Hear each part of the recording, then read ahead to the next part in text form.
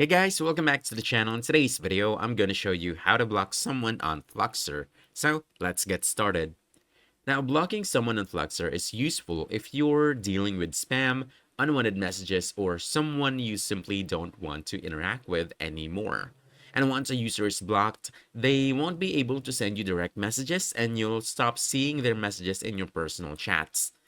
Now to block someone, first open Fluxer and then go to direct message conversation with the person you want to block. So let's say, for example, this one. And from here, you want to look at the top of the chat and click on their username.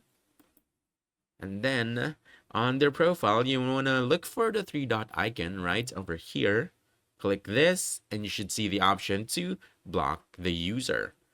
So from this point, you just want to click block and the Fluxer will ask you to confirm your choice. And after confirming, the user will immediately be added to your blocked list. And from that point on, they won't be able to message you directly and their messages will no longer appear in your personal conversations. And basically that's it.